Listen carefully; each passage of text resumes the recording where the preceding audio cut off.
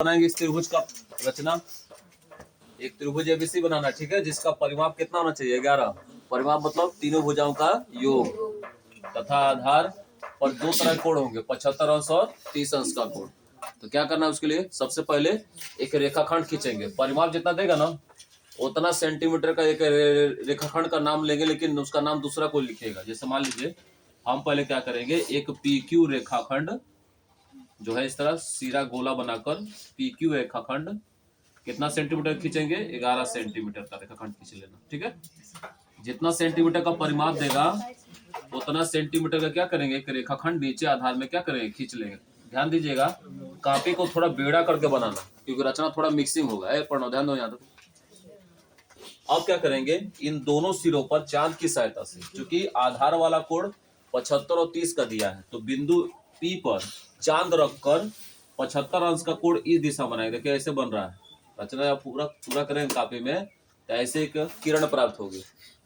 बिंदु P पर क्या किया आपने? 75 अंश का कोण बनाया चांद की सहायता से, PQR। ये PR एक किरण हमको मिलेगा। उसके बाद क्या करेंगे, Q पर चांद की सहायता से, इस पर भी Q पर 30 अंश का कोण बनाएंगे, तो 30 अंश का कोण इस दिशा मिलेगा ऐसे।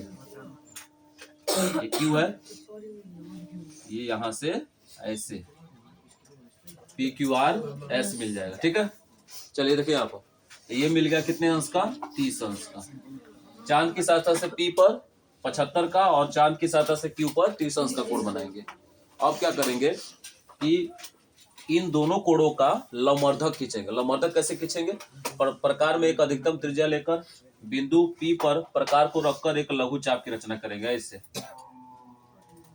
यही काम Q पर भी करना है। एक अधिकतम त्रिज्या लेकर एक लघु चाप खींचेंगे इस प्रकार। ये दोनों लघु चाप इन दो सिरों पर कट रहे होंगे निश्चित रूप से। अब क्या करेंगे, इन दोनों सिरों को केंद्र मानकर सामने की ओर, जैसे प्रकार में एक फिर अगर अधिकतम त्रिज्या लेंगे, प्रकार को बढ़ा सकते हो। एक काम करना कि थोड़ा दूर पर चाप करना कि साफ साफ फिगर बने। तो इस बिंदु को केंद्र मानकर सामने की ओर चाप, एक अधिकतम त्रिज्या लेकर, फिर उसी माप से इस बिंदु को केंद्र मानकर, जिस माप से यहाँ से चाप खींच रहे हैं कि यहाँ ऐसे, उसी माप से इस बिंदु को केंद्र मानकर पुनः दूसरा चाप ऐसे खींचिएगा। जहां यह कटेगा वहां गोला बनाकर P से एक जाती हुई रेखा इस प्रकार खींच देंगे। इसका नाम लेंगे PT। यही काम यहाँ भी दोहराना है। यहाँ से एक अधिकतम त्रिज्या लेकर, प्रकार के नोक को यहाँ रखेंगे, एक अधिकतम त्रिज्या लेकर एक सामने की ओर चाप, फिर उसी माप से इसको केंद्र मानकर पुनः सामने की ओर चाप। इस प्रकार को बढ़ाकर खींचेगा, थोड़ा दूर दूर खींचेगा तो साफ साफ फिगर बनेगा।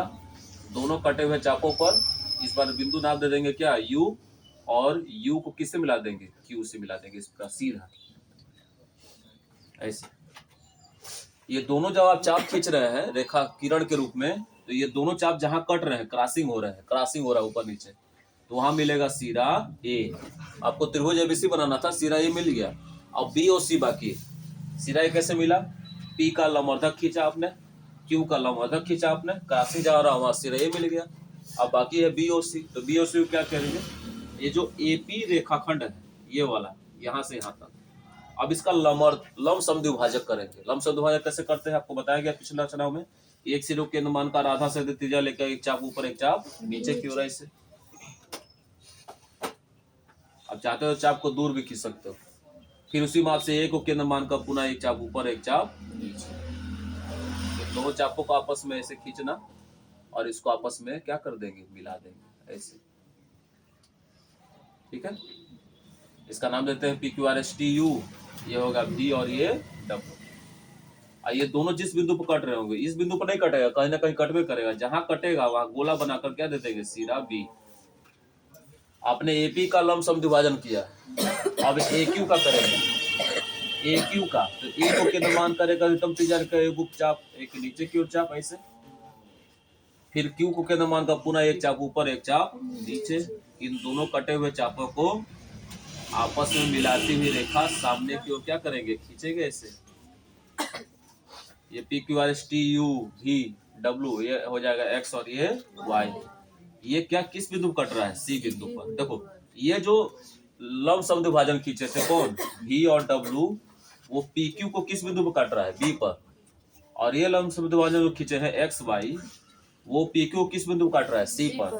अब ए को बी से और सी से क्या करेंगे, मिला के। ये जो त्रिभुज बन रहा है ये वाला बीच में ना, ये वाला, यही होगा आपका त्रिभुज एबीसी। तो माप के देख लीजिएगा कि AB की माप कितनी आ रही है, उसको नापेंगे तो कितना आ रहा है, 2.3 सेंटीमीटर का। उसका BC को नाप लीजिएगा तो BC आपका आ रहा है 4.5 सेंटीमीटर का, नाप के देखिएगा। और A को C से नापेंगे, यानी AC को नापेंगे इंच की सहायता से, तो 4.2 सेंटीमीटर का। और सबको जोड़ देना, तो 5 3 8 2 10 की 0, एक हाथ से बचा, और 4 4 8 2 10 एक 11 सेंटीमीटर। मतलब परिमाप यदि 11 सेंटीमीटर का है तो आपकी रचना बिल्कुल सही है। तो कठिन रचना, इसको बढ़िया से पेंसिल को नुकीला होना चाहिए, और प्रकार में जब भी चाप खींचे, इंच में जब भी पैमाना करे तो बिल्कुल एक्यूरेट खींचे। अंशांकन इधर उधर करोगे तो गलती आएगा आपका। रचना पूर्ण कर लेंगे आप लोग।